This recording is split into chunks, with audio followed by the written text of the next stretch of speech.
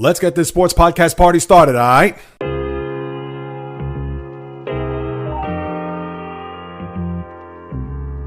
The JAYREELZ podcast. What is happening, my good people? Greetings. How are you? How's it going? How's everybody doing out there? What is the latest and greatest?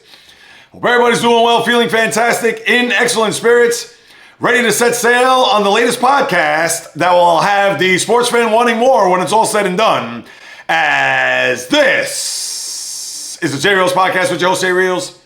For my first timers, welcome aboard, and for those who've been banging with me going back to the very beginning, somewhere in the middle, even as early as this past Thursday, I welcome you guys and gals back. And a quick housekeeping note, my apologies if you hear some banging or construction that's going around me where I'm sitting at. There isn't anything I can do about that, so if it is coming through the microphone and you do hear it in the background from time to time, my apologies.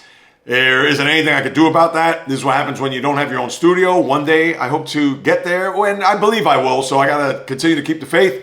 But as of right now, if you do hear any background noise or banging or hammering or any type of drilling, unfortunately, I can't do anything about that, so my apologies right off the bat. Here we go, people. We're now getting close to September. 2 weeks from Labor Day, which will be today, 2 weeks from today, I should say, where that will be September 1st. We have college football on the horizon, same for the NFL. The US Open, the final Grand Slam tennis tournament of the year, that's a week from today. On the other side of the bridge there in Flushing Meadow from where I live. But in the moment, right now, we understand that's for the weeks to come. But at this very moment, baseball, as we all know, is front and center. And right off the bat, I have to say that we do have a couple of divisional races, as we know. And now the wild card, there may be some separation starting to take place, which could mean for a very dreadful September. And is that a little premature to say at this very moment? Maybe, because we all know things could change at the drop of a hat.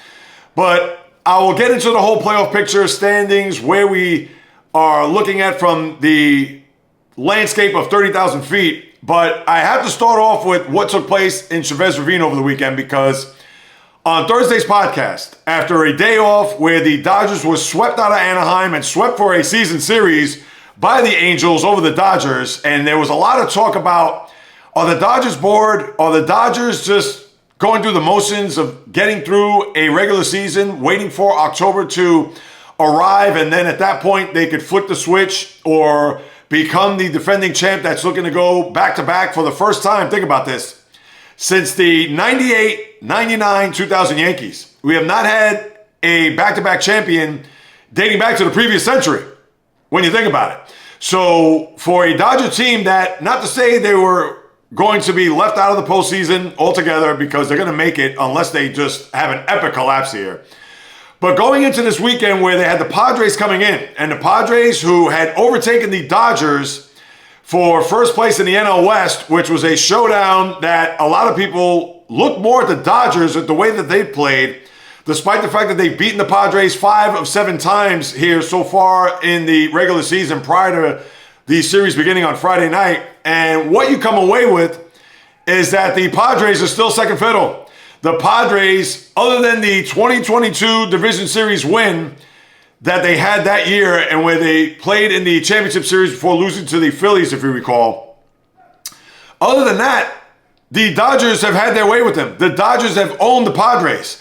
And here in the most recent series, where Clayton Kershaw on Friday night was turning back the clock to a vintage Kershaw performance, 6 innings, 2 hits, a run, forgot how many strikeouts off the top of my head. And then they had a 6-0 shutout there on Saturday, to where yesterday, as they were going for a sweep and hoping not to lose that game, because if they did, there would have been a flat foot tie at the top of the NL West, because the Dodgers had a 1-game lead going into yesterday's game. And they got off to a big start, 4-0 in the first inning as they pounded Yu Darvish. But then, as the game wore on and the Padres chipped away, they actually got a run to tie it there in the top of the 8th.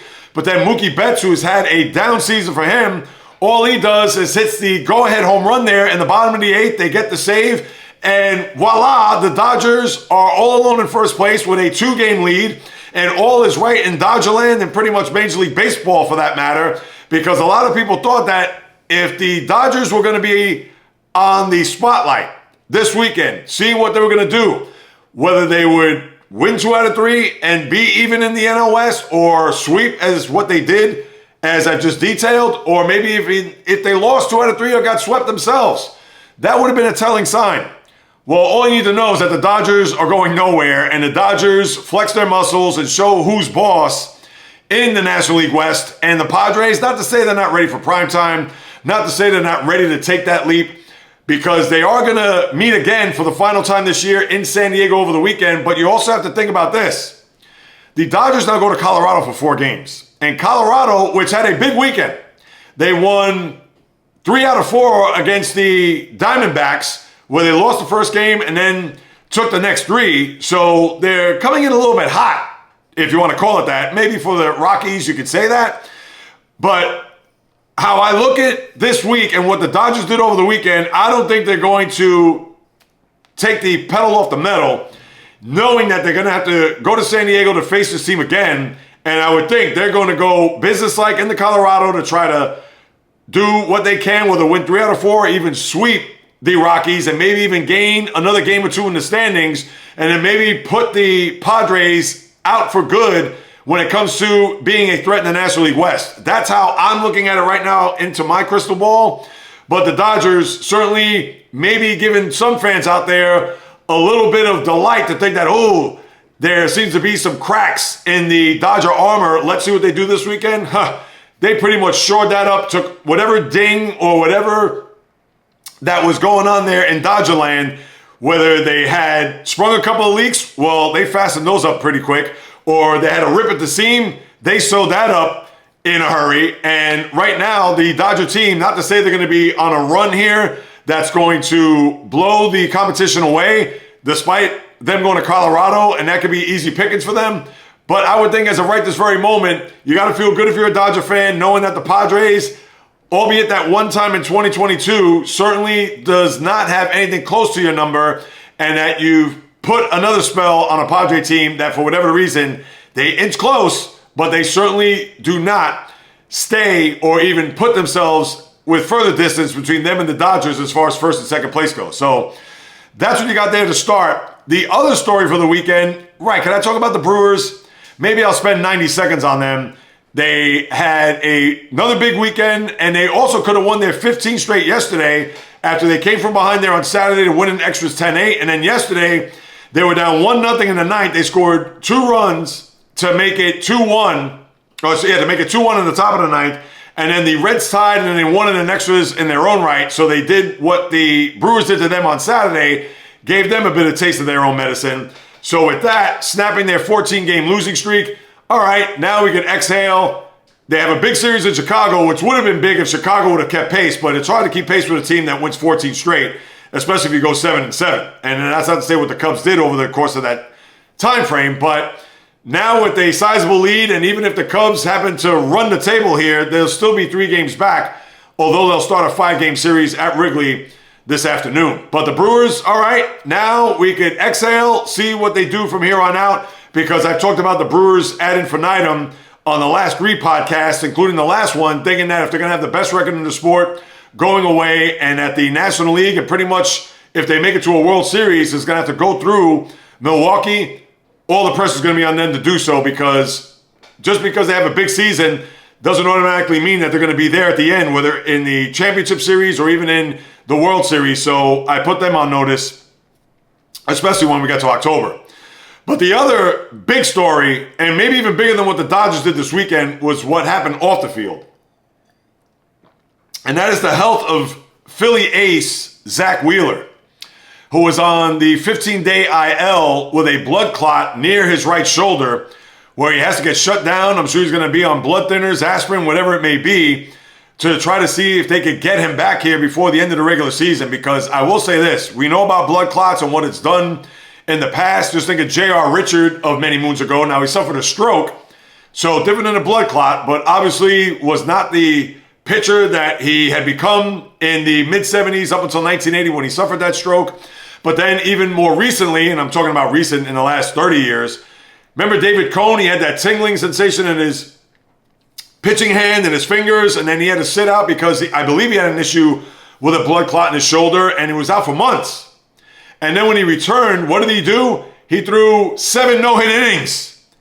And I'm sure Joe Torre was really pulling his hair out of his head, knowing that, should I have him go out there to pitch the 8th because he's in the middle of history, but he knew better for the big picture than for the short term to take him out, have him rest, etc.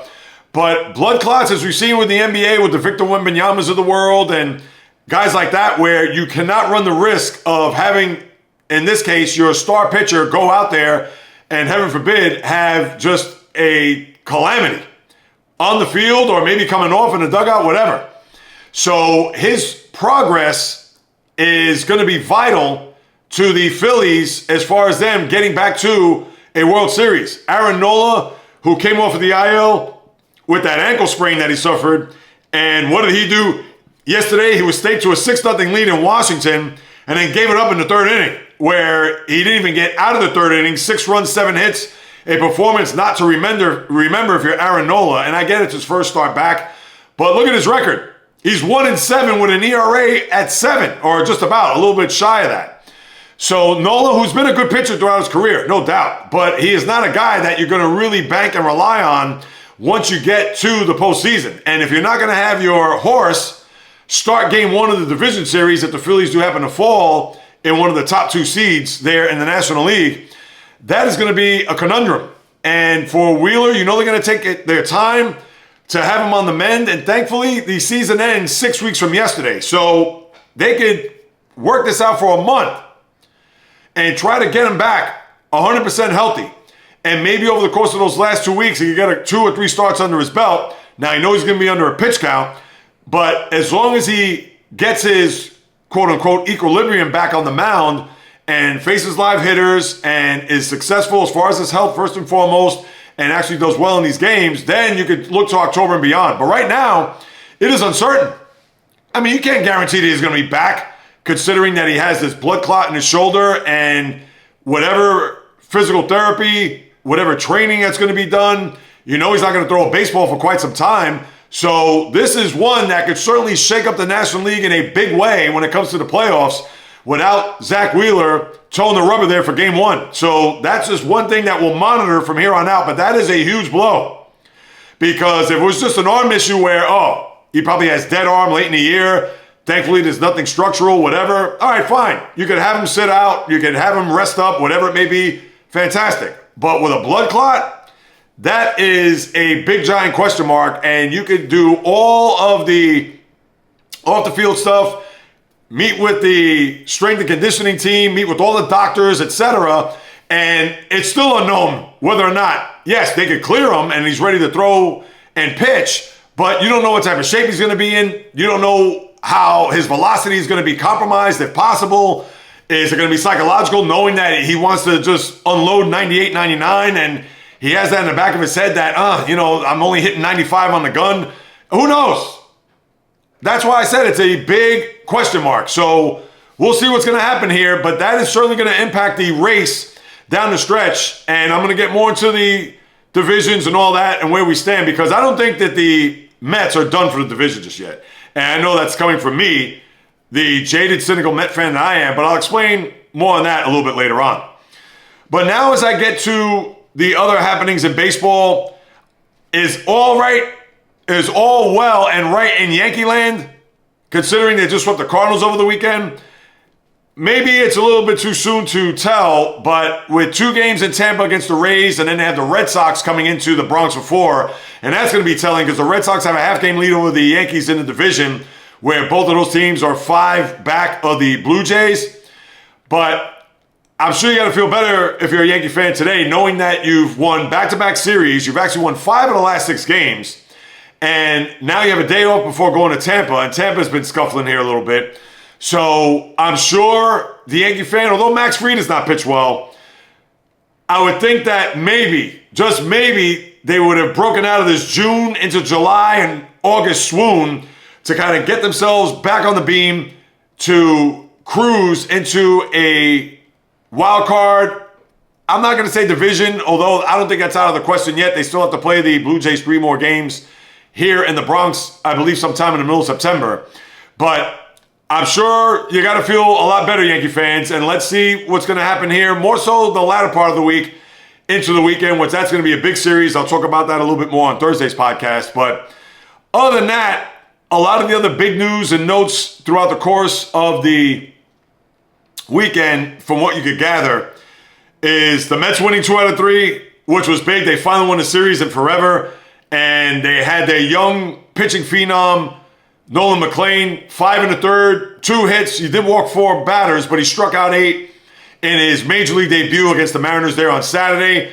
Now, is that going to revitalize or even resurrect their pitching rotation and maybe the team overall? Way too early to tell, but that is certainly a good start. And then they won the game there last night 7-3 in that Little League Classic Series that was in Williamsport. So hopefully this could be a turning point for the Mets, knowing that they've gone through their terrible stretch. They lost 14-16. Bullpens imploded. You know about the rotation, etc. But now, after 2 very good starts, Clay Holmes went his usual 5 yesterday. But with McLean on the back of what he did there Saturday, maybe this could be a sign of things to come for this rotation, who has been bad for quite some time, and maybe it could trend northward, considering that they've been stale and south here over the last, let's face it, 2 months. Their record is 20-34 after that 45-21 start. No, 45-24 start. So now let's see if the Mets' fortunes turn here, which I would hope. They go to Washington here over the course of the next 3 games, and let's see if they... And the Nationals have actually been a little feisty, so we'll see what's going to happen there when it comes to the Mets.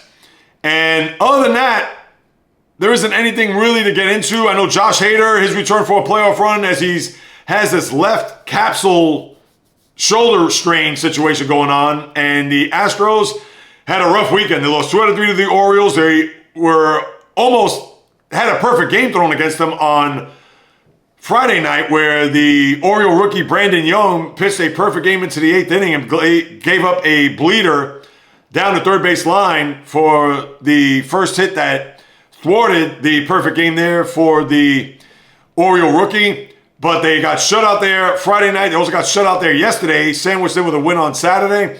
So, and we'll talk about, again, between them and the Mariners as far as the division goes. But other than that, that's what you have there in baseball overall. I know Nathaniel Lowe is going to sign with the Red Sox. He formerly of the Nationals, who are going to buy him out. So he said that he's going to sign with the Red Sox to give them another left-handed bat in the lineup. So we'll see how that plays out for the Bo Sox. As we talked about, they're going to play the Yankees here over the weekend. And I'll go through the schedule. Again, back-to-back Thursdays on the podcast. I did not talk about the weekend schedule. So that's no good. Third time cannot be the charm there. So I got to make a note come Thursday to talk about the schedule. And, of course, I'll unpack that in a matter of moments. But as far as the standings go, I talked about the American League East with Toronto, Red Sox, Yankees. Tigers, who have played better. They won 3 out of 4 in Minnesota. They lost the final game there yesterday. And the Guardians. Atlanta comes to town, and what happens? They sweep the Guardians, and here they were that close to the Yankees, just a half game back at the start of the weekend. And then you wake up on Monday, they're 3.5 back. So who knows if they could try to get themselves right to see if they could be a part of this wild card mix. But that was a bad weekend for the Guardians at home against Atlanta. And also with the Yankees, compound that sweep of the Cardinals. That's where they have that 3.5 game lead. And forget about the division as the Tigers. We talked about that, even though they closed it to, I believe, within 5 in the loss, but they were 6.5 back. But now, here they are, 8.5 back. Forget about it. And then you have the Astros, who are 2 in the loss, but 1.5 ahead of Seattle for second place there in the AL West. So we'll continue to eyeball that as we move it along. Now, in the National League East, the Phillies do have a 5-game lead. And they had a weird weekend. We talked about Wheeler, Nola's return, obviously one to certainly throw in the trash.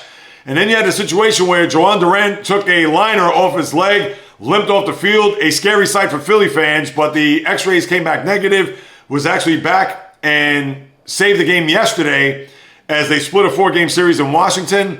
But as bad as that weekend was, and as weird as the Phillies have played, Mets still have to face the Phillies here 7 times. And even though they're 5 ahead of the Mets right now, and maybe the tide will turn for the Mets where they'll start to trend and play a lot better. I would not rule the division out as of right this yet, only because they have the 7 games left, and even though they have to run the table in those 7 games, but I think that they'd be able, and I believe they play 3 of those games Monday, Tuesday, Wednesday next week at Citi Field. And they play the latter in Philadelphia on the back end of a 10-game road trip where they go to Detroit, Cincinnati, and then they close out in Philadelphia. So that's where the real true test of the Mets season is going to come. But I don't think the division is lost yet because despite the fact that over the last 2.5, 3 weeks it hasn't been the case, but it's been hot potato pretty much from May till about the latter part of July. And now here we are approaching the latter part of August where the Phillies have been in first place and certainly have a nice lead. But to me, it's not a lock that they're going to go running away with the division just yet, despite the Mets not playing well here up until this weekend. Then you have Cubs and Brewers, as I mentioned. They have an 8-game lead. Forget about it. Even if the Cubs ran the table, they'd still be 3 back. So a series that we certainly would have been all over, but not going to be the case as far as the division goes. And then you have the Dodgers and Padres, which we discussed. No need to further get into that. But as far as the wild card goes, and this is where it could be a very lonely September. In the American League, now you have a battle royale for 3 teams fighting it out to see who could get home field in the first round or who's going to be on the road against the 4th seed or the 3 seed. Red Sox, Mariners, and Yankees are all separated by 1/2 of a game. Red Sox, Mariners 68-57, Yankees 67-57, where the Guardians 3.5 back at 63-60, Royals 4 back 63-61, and then the Rangers, who, think about this, 12 days ago, the Rangers were this close to sweeping the Yankees, and I talked about this on Thursday's podcast, but this could be the last time I talk about the Rangers, maybe. They were on the verge of sweeping the Yankees, and they would have overtaken the Yankees in the wild card on that Wednesday afternoon game where the Rangers hung on, or I should say the Yankees hung on to win that game and salvage that series. And since then, the Rangers have fallen off a cliff. They were a game and a half behind the Yankees at that time, and now they've fallen to 5.5 back. And that's why I'm going to draw the line there in the American League, because although they're a game under, 5.5 back, I'm not going to include the Rays, Angels, Twins, and so on. So this could be it for the Rangers, and we'll see if that is the case as they lost 2 out of 3 over the weekend to Toronto. And then the National League, you have the Cubs, 4.5 games ahead of the Mets, and a game and a half over the Padres, 2 in the loss, 5 in the loss over the Mets for the 4, 5, and 6 seeds. And then you have the Reds that are a game and a half, 2 in the loss behind the Mets. And then you have the Cardinals, which that is it. I'm drawing the line. I'm not putting the Giants, Diamondbacks, Marlins in there. And the Cardinals, even with that sweep, they were 3 games under, 5.5 back and 6 in the loss. And this is why you could have a very lonely September, because the Reds, not to say that they're going to all of a sudden fall fast like a boulder in the ocean, but because you only have the one team there, and you're not going to include the Cardinals. American League a little bit better, but Guardians, Royals, Rangers right there on the cusp of maybe falling out of it. You could have a situation where we'll see come Labor Day whether or not those teams are going to be in the mix or they're going to be pretty much on a life raft out to sea. That's what I have with the baseball people. And as far as the schedule goes, cannot forget that. Your schedule will have Houston at Detroit. Good series there. Seattle at Philadelphia as they continue their long East Coast trip. Remember, they started in Baltimore, played in the Yankees, or played at the Mets, Yankees. Played in New York and then in Williamsport against the Mets, and then they're going to go to Philadelphia for 3 games here to conclude their trip. Baltimore at Boston. Texas at Kansas City. That's interesting for wild card purposes because Texas is what? How many games behind KC? They're probably, I guess, 2 games. Let me see. The Royals are right now a game and a half ahead. So if the Rangers sweep, and they would have to sweep, let's face it, because they're 2 in the loss, they will leave Kansas City. I believe that's a 3-game series. They will leave Kansas City with Just Cleveland ahead of them in the standings, depending on what Cleveland does, of course. So we'll have to keep that in mind.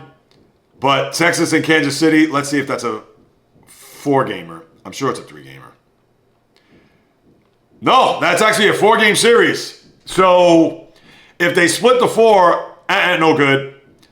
Now, Texas, they have to win minimum 3 games.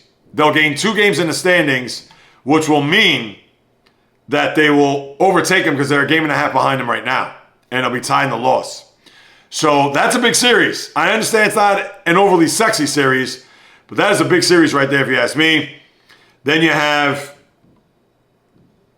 we know Yanks in Tampa, LA, Colorado we discussed, Reds at Anaheim, San Francisco, San Diego. Yeah, that is it for the week. So your big series will be, of note, Seattle, Philadelphia, Houston, Detroit, Texas, KC, and then other than that, you got pretty much nothing. Toronto, Pittsburgh, St. Louis at Miami, Chicago at Atlanta. I mean, you get the drift.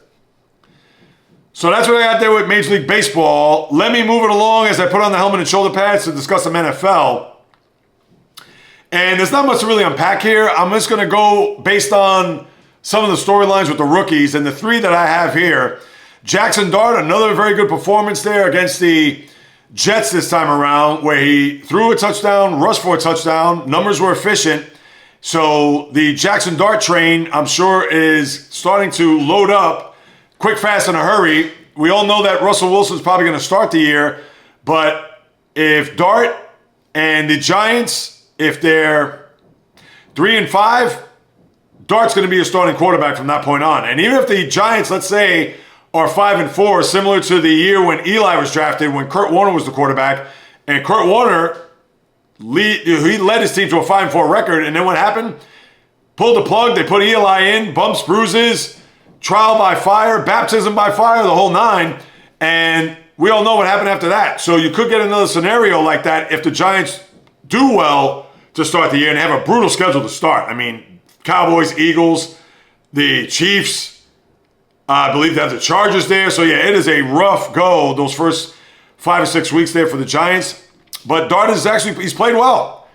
You got to give it up. But again, it's preseason. You got to pump the brakes a little bit, but you definitely like what you see if you're a Giant fan. And then Ashton Jeanty, the running back, formerly at Boise State, now with the Raiders, had a touchdown run, 7 for 33, trucked a guy in the process, and had 7 rushes for 33 yards, saying that he's arrived. Now, is that a little boisterous? Is that a little hubris on his part? Maybe. But that's fine. You want to see that in a young running back who I'm sure they're going to give the rock to 300, 325 times this year on the ground. And Jeanty, who, like I said, trucked the guy and looking like he's going to be a stout NFL running back. You got to like what you see in Vegas based on that small sample size. Now, obviously, we'll see come week 1. But if you certainly like what you saw there against the Niners, I'm sure that it is a sign of things to come. And then you have Dillon Gabriel, who his completion percentage was very good. I believe it was 13 for 18. But he did throw an interception, had a fumble. So that's certainly not going to bode well for Gabriel as far as maybe even being as high as a third-string quarterback behind Joe Flacco, maybe even Kenny Pickett for that matter, and then himself, or maybe Shedeur Sanders. But if you're a Brown fan, I don't know if Dillon Gabriel was one that you want to see more of. I'm sure you're going to see him in the final preseason game, but certainly not the best showing considering what Shedeur Sanders did against the Carolina Panthers in throwing 2 touchdowns. I know he was 14 for 23 and 120, 30 yards. So I would think Sanders may still have the upper hand as we get deeper into this postseason. And then you had a couple of trades. I know the Jaguars traded for a defensive tackle, and they brought him over from, I forgot which team, but nobody of big note. And then you had John Mechie get traded from the Texans to the Eagles to reunite himself with his old college teammate Devontae Smith. So that's another weapon. Mechie, I know he tore his ACL in his final year at Alabama. Certainly has not blossomed into a guy. Not that he was going to be among the likes of Jerry Jeudy and the aforementioned Devontae Smith, but he certainly was a very good wide receiver there at Alabama, or Jameson Williams for that matter too, another guy drafted by the Lions. But Mechie gives the Eagles another weapon, so let's see how they incorporate him into their offense as we get closer to the start of the year. That'll do it for the NFL, people. I'm going to continue to move it along here. I'm not going to get into why the NCAA decided to suspend and fine Michigan for 2 games. Or I think it was 2 games. They're going to try to appeal it for 1 game. Sharon Moore, the head coach. Didn't we see this with Jim Harbaugh a couple of years ago? I mean, that's all I'm going to say about that. Certainly not going to waste my breath with that nonsense. Now, as I put on my high tops to go through the association, there's only one thing of note, and I saw a graphic over the weekend which I found very disturbing. And I understand it may be a little bit too strong or stretched, but hear me out, people. So as we all know, the NBA, they're going to have Amazon Prime and also NBC broadcast games. As we all know, TNT has exited stage left. But for the NBA on NBC, which I believe they have a Tuesday night package. So that Tuesday night package is also going to include a doubleheader. So it's not just 1 game, let's say at 8 o'clock, where it's just a standalone game. I believe they're going to do doubleheaders. Now, I don't know if they're going to do, let's say, Peacock, the first game, and then the night game on NBC. I know that's going to sound strange because they're going to do a doubleheader, so no nightly news. I don't know. But anyway. But based on this graphic, that the NBA on NBC, the Tuesday night game, where they're going to have the doubleheader, of course, a West Coast game, that the West Coast game is going to start at 11 p.m. Who in their right, wrong, or indifferent frame of mind felt that that was a good idea? To me, to have these games on the West Coast, you have to start them at 10 o'clock. 10 o'clock. So that means you have your opening game at 7 or even 7:30. Because 7:30, you could have the nightcap start on whether it be Peacock, MSNBC, Bravo, another one of the NBC Universal networks. Fine. Watch the game there, and then when the first game is over, it'll jump right back on to NBC to where, let's say it's at halftime of the nightcap, where, yeah, they may do a highlight package to start, but then they could go on the second part of the halftime to have the local news. You have your little breakdown of whatever is happening in your local area, and then that's it. Second half starts hopefully around 11:20. Game ends 12:30, 12:40. All right, fine. You can live with that. To have a game start at 11 and it's not going to probably conclude until about 1:30, 20 to 2 is a disgrace. I don't care if it's Lakers Warriors. I don't care if it's Lakers Rockets. I don't care if it's Warriors hosting Dallas. You could give me the matchup from heaven. I still won't watch it. It's too late. The East Coast gets snubbed again. That's what it is. And I get it. It's about the almighty dollar, the package. Oh, we want to air it at 11 o'clock. We want to be fair to the West Coast. Nonsense. Have the game start at 10 East, 7 Central. So even if it's a thing where it's 20 to 12 and it's a blowout, here on the East, people can decide, all right, I'm going to go to bed. Or if it's a close game, I'll stick with it. I understand it's 12:10, but it's 3 minutes left. We know 3 minutes could be 3 hours, but 3 minutes left, I'll stick with it. You mean to tell me that someone in the East Coast at 20 to 1, when it's 9 minutes to go in the third quarter, they're going to stick with that game? I think not. So I think that's a terrible job by NBC, if that's accurate. If it's inaccurate, get at me, let me know. But I saw that, and I was appalled that these games are going to start at 11 o'clock. I mean, it might as well start at 11:30 after the local news, which will wipe out Jimmy Fallon, and therefore you can have it from 11:30 till 2 in the morning. Why not? Disgrace. I can't stand that. Now, as far as the WNBA is concerned, the Fever, keeping their fingers crossed on Caitlin Clark to return here. We know she has had that groin issue, and then they also had, after a win yesterday, Sophia Cunningham had to leave the game with a knee injury, so to already add insult to injury, they had 2 players out for the year, as it was with injuries. We know about Clark's health issues, and then now Cunningham out. So the Fever are trying to make it to the postseason and hoping that Caitlin Clark will come back and perform here before the end of the year, but who knows? Groins, we know, are tricky. They don't heal overnight or certainly within a week or two, and she's been on the show for quite some time. So we'll have to see what's going to happen there as the season ends in about another, I think, 3.5 weeks is the conclusion of the WNBA season. And the Lynx, they beat the Liberty again, 86-80, and the Liberty had a 1-point lead going into the fourth quarter, but still not enough. Lynx did their job. They've beaten the Liberty now 3 times over the course of 3 weeks, because they played 3 weeks ago, and then they've already played twice in the span of 6 days. Now, it's a home and home here because they played Saturday, and now the Lynx will play at the Barclays on tomorrow night. And I got news for you. Even if the Liberty win that game, whether they win by 1 or 100, the Lynx are still going to be the best team and a lock to come out as champions this year. That's what you've seen. And no Nafisa Collier, which you saw her get hurt a couple weeks ago. So I think the championship run by the Lynx is right now currently being erected. And I don't think it's going out on a limb whether or not that, by me saying that they're going to be champions this year. And even if they do face the Liberty in a WNBA final, I'm not going to be sold that they're going to repeat or put up a similar performance as they did last year to get to and win a title. So we'll have to keep our eyes open for that. And we know Atlanta's ahead of New York as far as the standings go, where the Lynx certainly have the best record in the sport. And we'll talk more WNBA there on Thursday. We'll see how this 4th game goes between the Lynx and Liberty there as they'll conclude their season series on Tuesday night.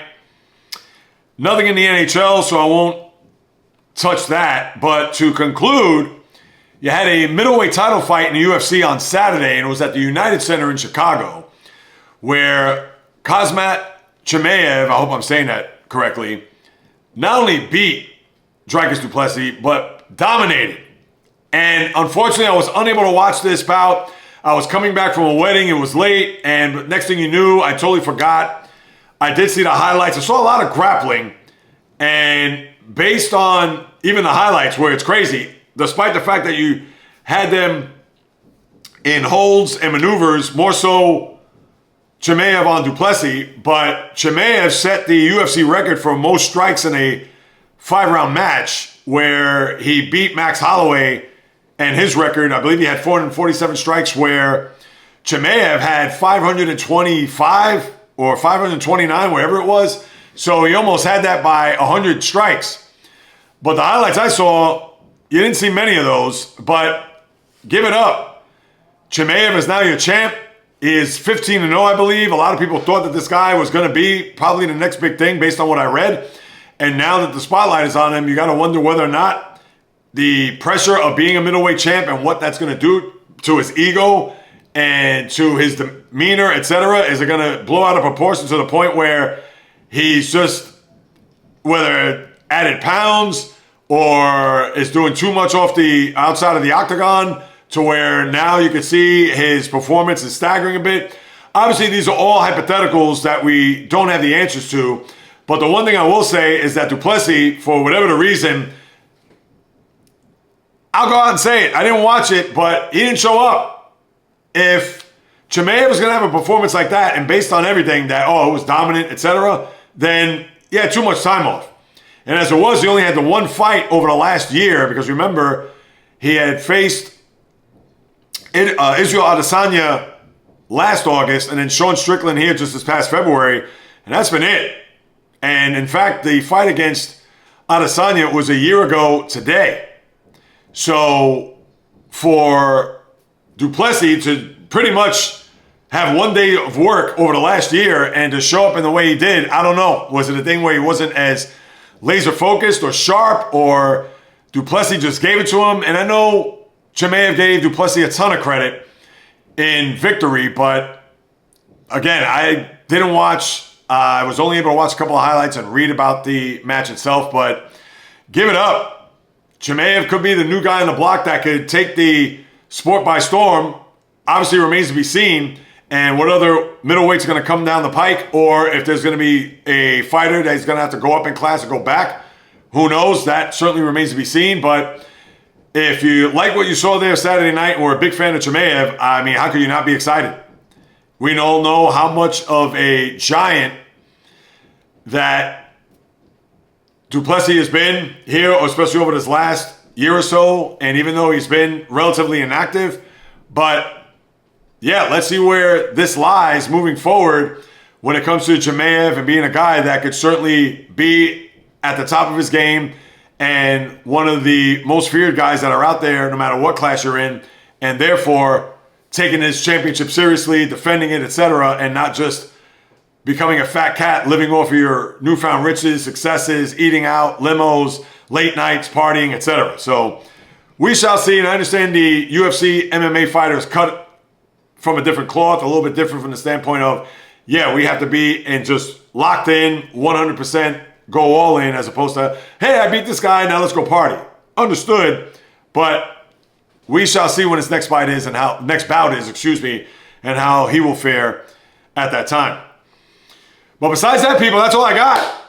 Another episode in the books. As always, thank you so much for stopping by, carving out precious time out of your day to listen to what it is I have to say about the toy department of life called sports. And if you haven't done so, as I always say each and every week, please subscribe, rate, review, throw me a few stars, write a review on Apple, Spotify. The website is JAYREELZ.com. The Twitter handle is JAYREELZ1, just a number. If you want to hit me up with a question, comment, or suggestion, you can do so there. Also, my YouTube channel, which I'm trying to funnel everybody to get to YouTube as I post there daily. And that is at JAYREELZ. So please subscribe there, as well as I'm trying to get to 1,000 subscribers. I'm at 692, so I'm getting there slowly but surely, but I still need your help. So if you could help me reach that goal, I'd be 100% grateful for that. And like I mentioned on Twitter, Instagram, TikTok, Facebook, the JAYREELZ Podcast, or on Instagram, JAYREELZ. If you want to send me that question, comment, or suggestion, you can also do it the old-fashioned way at the JAYREELZ Podcast at gmail.com. I'll be more than happy to follow up with you guys and gals, because whether you do or do not know, this is what I love to do, people. In the blood, in the DNA, as I like to say, talking sports since birth. Not only do I have the podcast Monday and Thursday, roughly 12:30 p.m. Eastern Time, I do a live stream Wednesday at 12 p.m. high noon sharp. 2 other live streams Monday and Thursday, a podcast pregame at 9:30 a.m. That's also open for discussion on a bunch of different other topics, not just sports, but whatever floats your boat, I will chime in about it. As well as the just overall passion, fire, energy, fury when it comes to watching sports and posting content, whether it's critique, and I got a big time critique video coming this week. Keep your eyes peeled for that, as well as another Where Have You Gone, or another vlog regarding sports, in this particular case, a stadium that is no longer there in the New York area. There's your hint. And a lot coming down, people. So stay locked in on the YouTube channel, on all my platforms. I would sincerely appreciate it, because where else are you going to get all this in one podcast with all the passion, fire, energy, fury, like I mentioned, with my thoughts, opinions, critiques, praise, analysis, feelings on anything and everything that happens on the world of the diamond, ice, gridiron, hardwood, golf course, racetrack, tennis court, boxing ring, octagon, you name it. From my lips to your ears, from my heart to your soul, from where I am to wherever you are, the JAYREELZ Podcast always comes correct, direct, and in full effect. From the South Bronx, the South Beach, the South Central, the South Pacific, and all points beyond, peace, love, and God bless everybody. And until next time on the JAYREELZ Podcast, on the flip, baby.